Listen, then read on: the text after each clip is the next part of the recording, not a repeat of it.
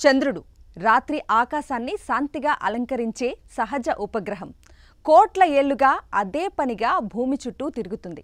కానీ చంద్రుడు ఇప్పుడు ఒక భయంకరమైన ముప్పును ఎదుర్కొంటున్నాడు. అంతరిక్షంలోని ఒక మృత్యు శకలం నిశ్శబ్దంగా ముందుకు దూసుకెళ్తోంది. 2 నెలల కిందటే దాన్ని సైంటిస్టులు గుర్తించారు. అయితే ఆ గ్రహ శకలం కారణంగా భూమికి ప్రమాదం లేదని ఊపిరి పీల్చుకున్నారు. కానీ ఇప్పుడు శాస్త్రవేత్తలు మళ్లీ భయపడుతున్నారు.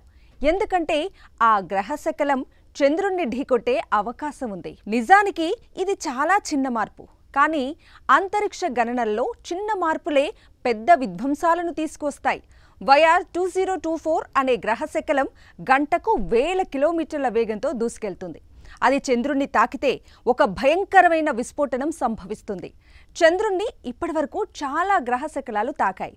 అవన్నీ చారిత్రాత్మక ఘటనలే. మరోసారి అదే జరిగే అవకాశాలు కనిపిస్తున్నాయి.